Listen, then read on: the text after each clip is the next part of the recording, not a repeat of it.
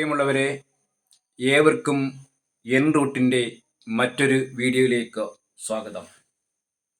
കേരള സാക്ഷരതാ മിഷൻ നടത്തുന്ന 10ാം തരം തുല്യത സാമൂഹ്യശാസ്ത്രം എന്ന വിഷയത്തെ അടിസ്ഥാനമാക്കിയുള്ള ക്ലാസ്സുകളാണ് നമ്മൾ കണ്ടുകൊണ്ടിരിക്കുന്നത്. ഇത് ആദ്യമായി കാണുന്നവർ ലൈക്ക് ചെയ്യാനും സപ്പോർട്ട് ചെയ്യാനും മറക്കരുത്. പ്രിയമുള്ളവരെ, നമ്മുടെ 5ാമത്തെ അധ്യായമാണ് ഇന്ന് നമ്മൾ ചർച്ച ചെയ്യുന്നത്. നവഭാരതം നവകേരളം, ഇതാണ് 5ാമത്തെ അധ്യായം. നമുക്കറിയാം, 1947 ആഗസ്റ്റ് മാസം 15-ാം തീയതി ഇന്ത്യക്ക് സ്വാതന്ത്ര്യം കിട്ടി. ഇന്ത്യക്ക് സ്വാതന്ത്ര്യം കിട്ടുമ്പോൾ ഇന്ത്യ ശരിക്കു പറഞ്ഞാൽ ഒരു കരിമ്പിന്റെ ചണ്ടി പോലെയായിരുന്നു. ഒരുപാട് പ്രതിസന്ധികളും പ്രയാസങ്ങളും ഒക്കെ അനുഭവപ്പെട്ടാണ് ഇന്ത്യ സ്വാതന്ത്ര്യം നേടിയെടുത്തത്. ആ സ്വാതന്ത്ര്യം നേടിയ ഇന്ത്യ തന്നെ ഒരുപാട് വെല്ലുവിളികളെ അഭിമുഖീകരിക്കേണ്ടി വന്നു. അത് ഏറ്റവും പ്രധാനപ്പെട്ട വെല്ലുവിളി അഭയാർത്ഥികളുടെ ഒഴുക്കായിരുന്നു. 1947 ആഗസ്റ്റ് 15-ന് ഇന്ത്യ വിഭജിക്കപ്പെടുമ്പോൾ ജാതിയുടെ അടിസ്ഥാനത്തിലായിരുന്നു വിഭജനം. അതുകൊണ്ട് തന്നെ ഇന്ത്യയിലേക്കും പാകിസ്ഥാനിലേക്കും ഹിന്ദുക്കളും മുസ്ലിങ്ങളും അഭയാർത്ഥികളായി ഒഴുകാൻ തുടങ്ങി. അപ്പൊ അത് ഇന്ത്യ നേരിട്ട ഏറ്റവും പ്രധാനപ്പെട്ട വെല്ലുവിളി അഭയാർത്ഥി പ്രശ്നമായിരുന്നു. രണ്ടാമത്തെ പ്രശ്നം നാട്ടുരാജ്യങ്ങളുടെ സംയോജനം. മൂന്നാമത്തെ വെല്ലുവിളി വിഭവങ്ങളുടെ അപര്യാപ്തത. അപ്പോ ഇന്ത്യ സ്വാതന്ത്ര്യം നേടിയപ്പോൾ നേരിട്ട പ്രധാനപ്പെട്ട വെല്ലുവിളികൾ, ഒന്ന് അഭയാർത്ഥികളുടെ ഒഴുക്ക് അല്ലെങ്കിൽ അഭയാർത്ഥികളുടെ പ്രവാഹം, നാട്ടുരാജ്യങ്ങളുടെ സംയോജനം, വിഭവങ്ങളുടെ അപര്യാപ്തത എന്നിവയാണ് ഇന്ത്യ നേരിട്ട ഏറ്റവും പ്രധാനപ്പെട്ട വെല്ലുവിളി. അപ്പൊ അവിടെ ഒരു കുൽദീപ് നായരുടെ ഒരു സ്റ്റോറിയൊക്കെ അതിൽ പറയുന്നുണ്ട്. അതൊക്കെ നിങ്ങൾ പുസ്തകമുള്ളവരൊന്ന് വായിച്ചു നോക്കുക. നമുക്ക് പഠനവുമായി ബന്ധപ്പെട്ട് അതൊന്നും ഞാൻ വായിക്കുന്നില്ല. അപ്പോൾ ആ പ്രശ്നങ്ങളൊക്കെ അതിജീവിക്കുന്നതിന്റെ ഭാഗമായി ഇന്ത്യ സ്വീകരിച്ച ഒരു നയമാണ് നവഭാരതം എന്ന ആശയം. നവഭാരത സങ്കല്പം. ഇന്ത്യക്ക് സ്വാതന്ത്ര്യം കിട്ടിയാൽ എങ്ങനെയായിരിക്കണം ഇന്ത്യ എന്നതിനെ കുറിച്ചായിരുന്നു ചർച്ച. അപ്പൊ ഈ നവഭാരത സങ്കല്പത്തിലെ പ്രധാനപ്പെട്ട ആശയങ്ങൾ, ഒന്ന്, സ്വതന്ത്ര ഇന്ത്യയിൽ എല്ലാവർക്കും വിദ്യാഭ്യാസം ലഭിക്കണം. കച്ചവടക്കാർക്കും കൃഷിക്കാർക്കും തൊഴിലാളികൾക്കും മെച്ചപ്പെട്ട ജീവിത സൗകര്യം ഉണ്ടാകണം. ഗ്രാമീണർക്ക് സൗകര്യപൂർണമായ ജീവിതം. ശാസ്ത്ര സാങ്കേതിക വിദ്യയുടെ നേട്ടങ്ങൾ രാജ്യത്തിന്റെ ഓരോ കോണിലും എത്തിക്കാനുള്ള ശ്രമം. ജലസേചന സൗകര്യങ്ങളും വൈദ്യുതിയും, മികച്ച ഫാക്ടറികളും തൊഴിൽ വൈദഗ്ധ്യം നേടുന്ന ജനതയും. ലോകരാജ്യങ്ങൾക്കിടയിൽ ഇന്ത്യക്ക് മാന്യമായ പദവി. ഇതായിരുന്നു ഇന്ത്യയുടെ സങ്കല്പം അല്ലെങ്കിൽ സ്വപ്നം എന്ന് പറയുന്നത്. ഇങ്ങനെയായിരുന്നു. അപ്പോ നവഭാരത സങ്കല്പം എന്തായിരുന്നു എന്ന് ചോദിച്ചാൽ നമുക്ക് എഴുതാൻ പറ്റുന്ന കാര്യങ്ങൾ ഇതാണ്. ഒന്ന്, എല്ലാവർക്കും വിദ്യാഭ്യാസമുള്ള ഒരു ഇന്ത്യ ആയിരിക്കണം. കച്ചവടക്കാർക്കും കൃഷിക്കാർക്കും തൊഴിലാളികൾക്കും മെച്ചപ്പെട്ട ജീവിത സംവിധാനം ഒരുക്കപ്പെടണം. ഗ്രാമീണർക്ക് സൗകര്യപൂർണമായ ജീവിതം ലഭിക്കണം. ശാസ്ത്ര സാങ്കേതിക വിദ്യയുടെ നേട്ടങ്ങൾ രാജ്യത്തിന്റെ ഓരോ കോണിലും എത്തിക്കാനുള്ള ശ്രമങ്ങൾ നടക്കണം. ജലസേചന സൗകര്യങ്ങളും വൈദ്യുതിയും മെച്ചപ്പെടണം. മികച്ച ഫാക്ടറികളും തൊഴിൽ വൈദഗ്ധ്യവും നേടിയെടുക്കുന്ന ഒരു ജനതയുണ്ടാവണം. ലോക രാജ്യങ്ങൾക്കിടയിൽ ഇന്ത്യക്ക് മാന്യമായ പദവി ലഭിക്കണം. ഇതായിരുന്നു ഇന്ത്യയുടെ നവഭാരത സങ്കല്പം. ആ സങ്കല്പം ആയിരുന്നു ഒരു പ്രധാനപ്പെട്ട പ്രത്യേകത. ഇനി നോക്കാം, നമ്മൾ പറഞ്ഞത് സ്വാതന്ത്ര്യം നേടിയതിനു ശേഷം ഇന്ത്യ നേരിട്ട ഏറ്റവും പ്രധാനപ്പെട്ട വെല്ലുവിളി എന്ന് പറയുന്നത് നാട്ടുരാജ്യങ്ങളുടെ സംയോജനമായിരുന്നു. ബ്രിട്ടീഷുകാർ ഇന്ത്യ വിടുമ്പോൾ ഇന്ത്യയിൽ 600-ൽ പരം നാട്ടുരാജ്യങ്ങൾ ഉണ്ടായിരുന്നു. ഈ നാട്ടുരാജ്യങ്ങൾക്ക് ബ്രിട്ടീഷുകാർ തന്നെ 3 ഓപ്ഷനുകളാണ് നൽകിയത്. ഒന്നുകിൽ ഈ നാട്ടുരാജ്യങ്ങൾക്ക് ഇന്ത്യയിൽ ലയിക്കാം, അല്ലെങ്കിൽ പാകിസ്ഥാനിൽ ലയിക്കാം, അല്ലെങ്കിൽ സ്വതന്ത്രമായി നിൽക്കാം. അപ്പൊ ഇതായിരുന്നു നാട്ടുരാജ്യങ്ങൾക്ക് നൽകിയ പ്രധാനപ്പെട്ട വാഗ്ദാനം. പക്ഷേ ഇന്ത്യയിൽ ലയിപ്പിക്കുക എന്നത് ഇന്ത്യയുടെ അഖണ്ഡതയ്ക്ക് അനിവാര്യമാണെന്ന് മനസ്സിലാക്കിയ സർദാർ വല്ലഭായ് പട്ടേലും അദ്ദേഹത്തിന്റെ സ്റ്റേറ്റ് ഡിപ്പാർട്ട്മെന്റ് സെക്രട്ടറിയായ മലയാളിയുമായ VP മേനോൻ നടത്തിയ അശ്രാന്ത പരിശ്രമത്തിന്റെ ഫലമായിട്ട് ഏറെക്കുറെ എല്ലാ നാട്ടുരാജ്യങ്ങളും ഇന്ത്യയിലേക്ക് ലയിച്ചു. അപ്പോ ഇന്ത്യയിലെ 600 നാട്ടുരാജ്യങ്ങളിൽ ഏറെ കുറച്ചെന്ന് പറഞ്ഞാൽ ജുനഗഡ്, ഹൈദരാബാദ്, കാശ്മീർ, അതുപോലെ തിരുവിതാംകൂർ തുടങ്ങിയ വളരെ കുറച്ച് നാട്ടുരാജ്യങ്ങൾ ഒഴികെ ബാക്കി എല്ലാ നാട്ടുരാജ്യങ്ങളും ഇന്ത്യയിൽ ലയിച്ചു. അപ്പൊ ഈ നാട്ടുരാജ്യങ്ങളെ ഇന്ത്യയിലേക്ക് ലയിപ്പിക്കുന്നതിന് കഠിനമായ പ്രയത്നം ചെയ്ത ആളാണ് സർദാർ വല്ലഭായ് പട്ടേൽ. അതുകൊണ്ടാണ് ഇദ്ദേഹത്തെ ഇന്ത്യയുടെ ഉരുക്കു മനുഷ്യൻ അല്ലെങ്കിൽ അയൺ മാൻ ഓഫ് ഇന്ത്യ എന്ന പേരിൽ അറിയപ്പെടുന്നത്. അപ്പോ ഇന്ത്യക്ക് സ്വാതന്ത്ര്യം കിട്ടുന്ന സമയത്ത്, ഇന്ത്യ സ്വതന്ത്രമാകുന്ന സമയത്ത് 600 നാട്ടുരാജ്യങ്ങൾ ഉണ്ടായിരുന്നു. അതിൽ ഏറെക്കുറെ എല്ലാ നാട്ടുരാജ്യങ്ങളെയും ഇന്ത്യയിലേക്ക് ലയിപ്പിക്കുന്നതിന് പ്രധാന പങ്ക് വഹിച്ചത് സർദാർ വല്ലഭായ് പട്ടേലും അദ്ദേഹത്തിന്റെ സ്റ്റേറ്റ് ഡിപ്പാർട്ട്മെന്റ് സെക്രട്ടറി ആയിരുന്ന മലയാളി VP മേനോനുമായിരുന്നു. ഇവരുടെ കഠിനമായ പ്രയത്ന ഫലമായിട്ടാണ് ഇന്ത്യയിൽ നാട്ടുരാജ്യങ്ങൾ ഇന്ത്യൻ യൂണിയനിലേക്ക് ലയിക്കപ്പെട്ടത്. ഈ കഠിന പ്രയത്നത്തിന്റെ ഫലമായിട്ടാണ് അദ്ദേഹത്തെ നമ്മൾ വിളിക്കുന്ന പേരാണ് ഇന്ത്യയുടെ ഉരുക്കു മനുഷ്യൻ അല്ലെങ്കിൽ അയൺ മാൻ ഓഫ് ഇന്ത്യ എന്ന പേരിൽ നമ്മൾ വിശേഷിപ്പിക്കാറുണ്ട്. അപ്പൊ അങ്ങനെ നാട്ടുരാജ്യങ്ങളെ ഇന്ത്യയിലേക്ക് ലയിപ്പിച്ചു. മാത്രമല്ല 1947 ആഗസ്റ്റ് 15 ഇന്ത്യക്ക് സ്വാതന്ത്ര്യം കിട്ടുമ്പോൾ അപ്പോഴും വിദേശികൾ ഇന്ത്യയിലുണ്ടായിരുന്നു. പോർച്ചുഗീസുകാരും ഫ്രാൻസുകാരും ഇന്ത്യ വിട്ടുപോയത് അതിനുശേഷമാണ്. ഫ്രഞ്ചുകാര് അല്ലെങ്കിൽ ഫ്രാൻസുകാര് ഇന്ത്യ വിട്ടുപോയത് 1954-ലാണ്. പോണ്ടിച്ചേരി, മാഹി, യാനം, കാരയ്ക്കൽ എന്നീ പ്രദേശങ്ങള് ഫ്രഞ്ചുകാർ വിട്ടത് 1954-ലാണ്. അതേസമയം പോർച്ചുഗീസുകാര് ഇന്ത്യ വിട്ടുപോയത് 1961-ലാണ്. അതായത് ഗോവ, ദാമൻ, ദിയു, ദാദ്ര, നാഗർ ഹവേലി എന്നീ പ്രദേശങ്ങളടങ്ങുന്ന ആ പോർച്ചുഗീസ് അധിനിവേശ പ്രദേശങ്ങൾ പോർച്ചുഗീസുകാർ ഉപേക്ഷിച്ചത് 1961-ലാണ്. അതൊരു സൈനിക നടപടിയിലൂടെയാണ് ഇന്ത്യയിലേക്ക് കൂട്ടിച്ചേർക്കപ്പെട്ടത്. അപ്പോ ആദ്യമായിട്ട് ഇന്ത്യക്ക് നഷ്ടപ്പെട്ട പ്രദേശം എന്ന് ചോദിച്ചാലും ഏതാണ്? ഗോവയാണ്. 1510-ലാണ് ബിജപ്പൂർ സുൽത്താനിൽ നിന്ന് ഗോവ പോർച്ചുഗീസുകാർ സ്വന്തമാക്കിയത്. അവസാനമായിട്ട് ഇന്ത്യ വിട്ടുപോയ പ്രദേശവും ആരാണ്? പോർച്ചുഗീസുകാരാണ്. അവസാനമായി ഇന്ത്യ വിട്ട വിദേശികളും പോർച്ചുഗീസുകാരാണ്. ആദ്യമായി ഇന്ത്യയിലേക്ക് വന്ന വിദേശികളും പോർച്ചുഗീസുകാരാണ്. അത് ഓർത്ത് വെച്ചേക്കുക. അപ്പോ പോർച്ചുഗീസുകാരാണ് അവസാനമായി ഇന്ത്യ വിട്ട് പോയത്. അപ്പൊ ഇന്ത്യ സ്വതന്ത്രമാകുന്നതിന് മുമ്പ് തന്നെ ഇന്ത്യക്ക് ഒരു ഭരണഘടന അനിവാര്യമായിരുന്നു. 1946-ലെ ക്യാബിനറ്റ് മിഷന്റെ ശുപാർശ പ്രകാരമാണ് ഇന്ത്യക്ക് ഒരു ഭരണഘടനാ സമിതി രൂപീകരിക്കപ്പെട്ടത്. ആ ഭരണഘടനാ നിർമ്മാണ സമിതിയുടെ അധ്യക്ഷൻ ഡോക്ടർ രാജേന്ദ്ര പ്രസാദ് ആയിരുന്നു. രാജേന്ദ്ര പ്രസാദ് അധ്യക്ഷനായ ഭരണഘടനാ നിർമ്മാണ സമിതിയിൽ നിന്ന് ഒരു കരട് നിർമ്മാണ കമ്മിറ്റി രൂപീകരിക്കപ്പെട്ടു. അതിന്റെ അധ്യക്ഷനായിരുന്നു doctor BR Ambedkar. BR Ambedkar നേതൃത്വത്തില് 1949 നവംബർ മാസം 26 ഇന്ത്യൻ ഭരണഘടന ഐകകണ്ഠേന അംഗീകരിക്കപ്പെടുകയും 1950 ജനുവരി 26 ഇന്ത്യൻ ഭരണഘടന നിലവിൽ വരികയും ചെയ്തു.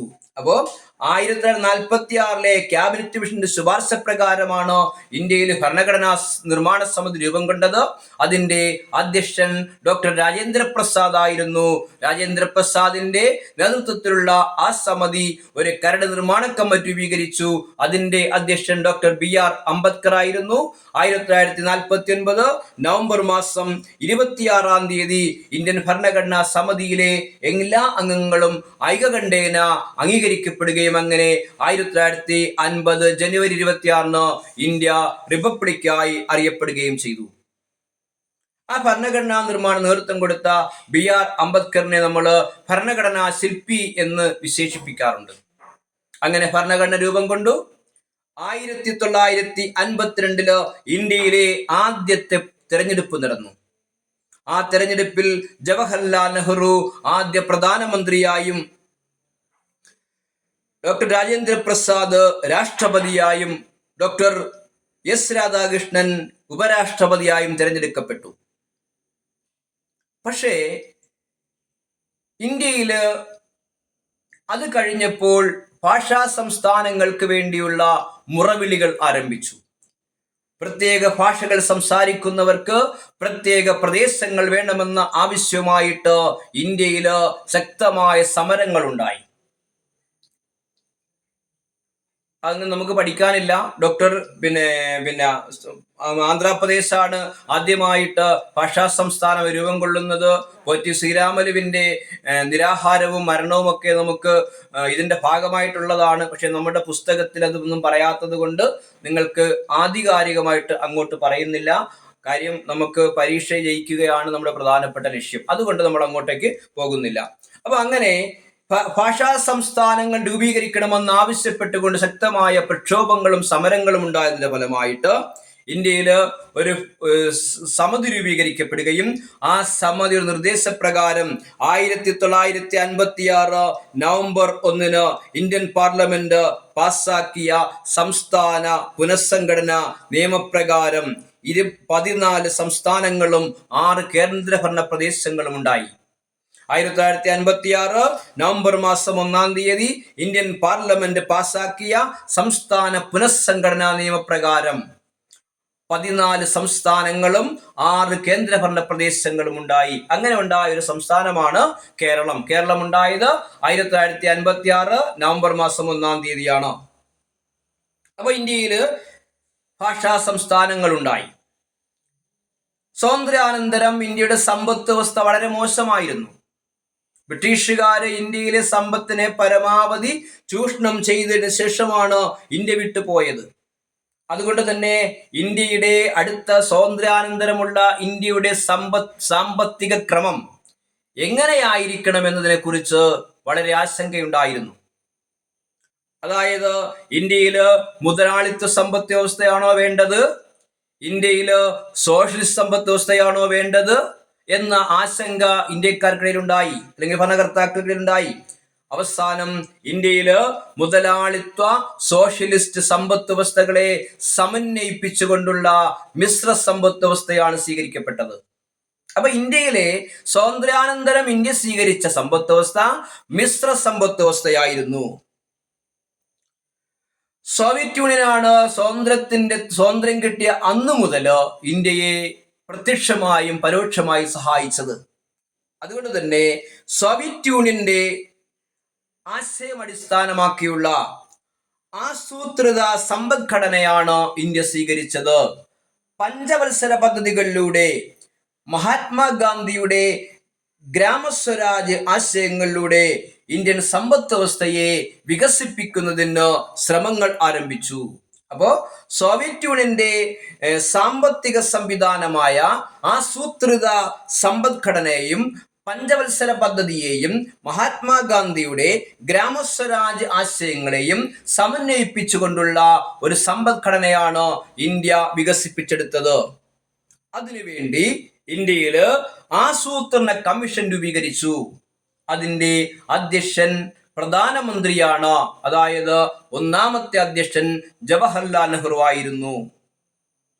അപ്പോൾ ഇന്ത്യയിലെ സമ്പദ് വ്യവസ്ഥ വികസിപ്പിക്കുന്നതിന്റെ ഭാഗമായിട്ട് ആസൂത്രണ കമ്മീഷൻ നിലവിൽ വന്നു. അതിന്റെ ഒന്നാമത്തെ അധ്യക്ഷൻ ജവഹർലാൽ നെഹ്റു ആയിരുന്നു. അതിനുശേഷം ഇന്ത്യയിൽ ശാസ്ത്ര സാങ്കേതിക മേഖലയും ഇരുമ്പുരുക്ക് വ്യവസായ മേഖലയും വിദേശ രാജ്യങ്ങളുടെ സഹായത്തോടുകൂടി വികസിക്കാൻ തുടങ്ങി. സോവിയറ്റ് യൂണിയന്റെ സഹായത്തോടെ ഭിലായി ഇരുമ്പുരുക്ക് വ്യവസായശാല, ജർമ്മനിയുടെ സഹായത്തോടെ റൂർക്കേല ഇരുമ്പുരുക്ക് വ്യവസായശാല, ബ്രിട്ടന്റെ സഹായത്തോടെ ദുർഗാപൂർ ഇരുമ്പുരുക്ക് വ്യവസായശാല എന്നിങ്ങനെയുള്ള വ്യവസായങ്ങൾ പതുക്കെ ഇന്ത്യയിൽ വികസിക്കാൻ തുടങ്ങി. വ്യാവസായിക മേഖല വികസിച്ചപ്പോൾ ഏത് മേഖല വികസിക്കണമെങ്കിലും ഒരു അടിസ്ഥാനപരമായ ഘടകം എന്ന് പറയുന്നത് കാർഷിക മേഖലയാണ്. അപ്പൊ ഇന്ത്യയിൽ പഞ്ചവത്സര പദ്ധതി ആവിഷ്കരിക്കപ്പെട്ടു. സോവിയറ്റ് യൂണിയന്റെ ചുവട് പിടിച്ചുകൊണ്ട് ഇന്ത്യയിൽ പഞ്ചവത്സര പദ്ധതി ആവിഷ്കരിക്കപ്പെട്ടു. 5 വർഷം കൊണ്ട് പൂർത്തിയാക്കുന്ന പദ്ധതികളെയാണ്, അല്ലെങ്കിൽ പൂർത്തിയാക്കാൻ പറ്റുന്ന പദ്ധതികളെയാണ് നമ്മൾ പഞ്ചവത്സര പദ്ധതികൾ എന്ന് പറയുന്നത്. 1951-56 കാലഘട്ടത്തിലായിരുന്നു ഒന്നാം പഞ്ചവത്സര പദ്ധതി.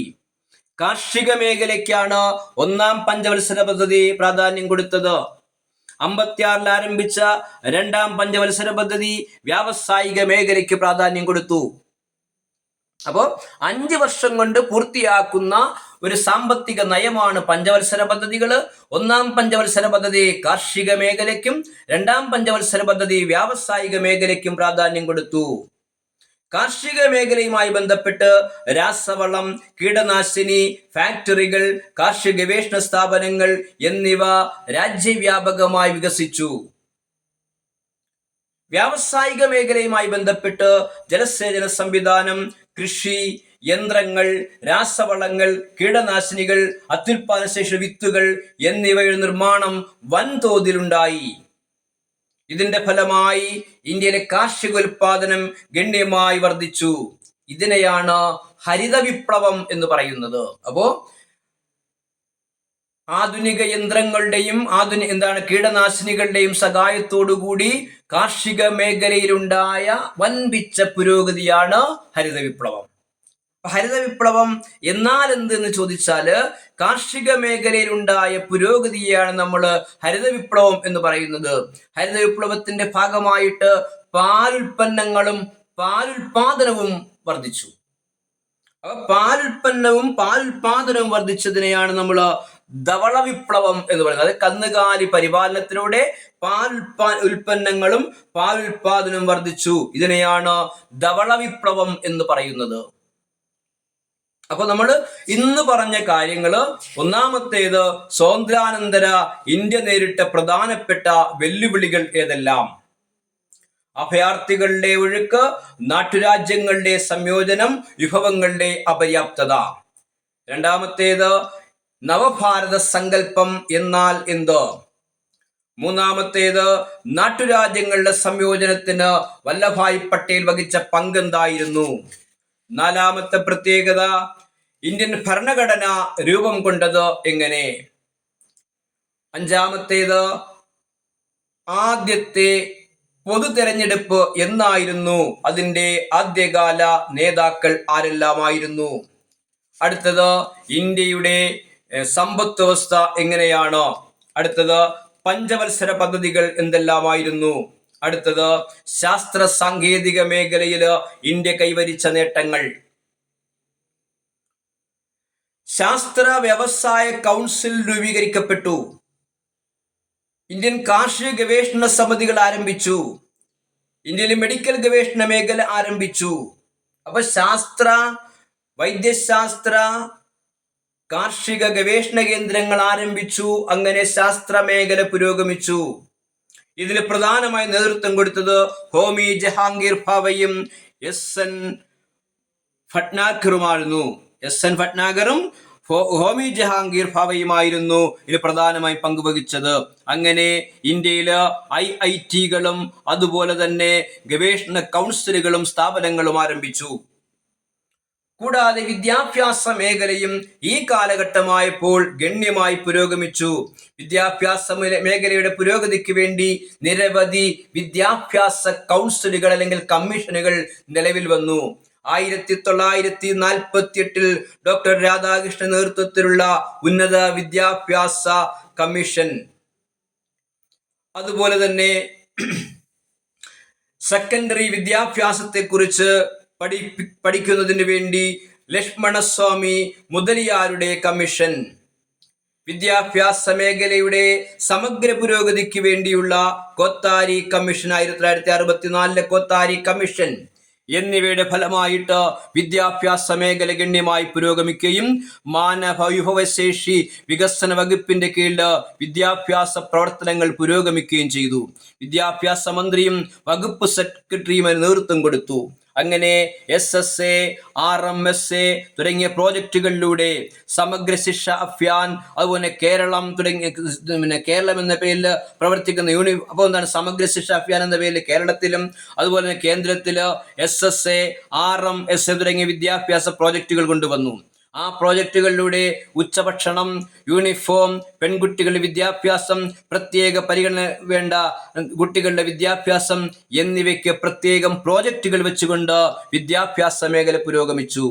2009 വിദ്യാഭ്യാസ അവകാശ നിയമം അനുസരിച്ച് 6 വയസ്സ് മുതൽ 14 വയസ്സുള്ള കുട്ടികളുടെ വിദ്യാഭ്യാസം മൗലിക അവകാശമായി പ്രഖ്യാപിക്കുകയും പാഠപുസ്തകങ്ങൾ തയ്യാറാക്കുന്നതിന് വേണ്ടി NCERT, SCERT എന്നീ സ്ഥാപനങ്ങൾ ആരംഭിക്കുകയും ചെയ്തു. അപ്പോൾ വിദ്യാഭ്യാസ മേഖലയിൽ ഇന്ത്യ കൈവരിച്ച നേട്ടങ്ങൾ എന്തെല്ലാം?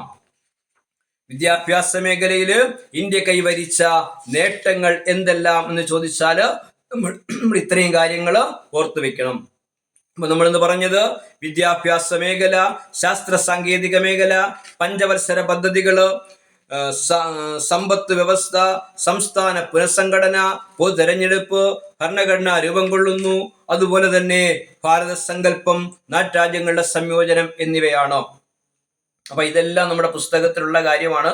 നമുക്ക് വളരെ കൂടുതൽ വിശാലമായി പഠിക്കാനുള്ള സമയമില്ല. ഞാൻ ഈ പറഞ്ഞ കാര്യങ്ങൾ പുസ്തകം കയ്യിലുള്ളവര് ഒരു പ്രാവശ്യം നോക്കുകകൂടെ ചെയ്താൽ നിങ്ങൾക്ക് പൂർണ്ണമായിട്ടും ഇത് ഭംഗിയായിട്ട് പഠിക്കാൻ പറ്റും എന്ന് പറഞ്ഞുകൊണ്ട് നമ്മുടെ ഈ ചാപ്റ്ററിന്റെ, അതായത് നമ്മുടെ 5ാമത്തെ ചാപ്റ്ററിന്റെ ഒരു ഭാഗം നമ്മൾ അവസാനിപ്പിക്കണം. അല്ലെങ്കിൽ നമ്മുടെ വീഡിയോ ലെന്ത് കൂടിപ്പോകും എന്നുള്ളത് കൊണ്ട് നമ്മൾ ഇതിന്റെ ഒരു ഭാഗം അവസാനിപ്പിച്ചു.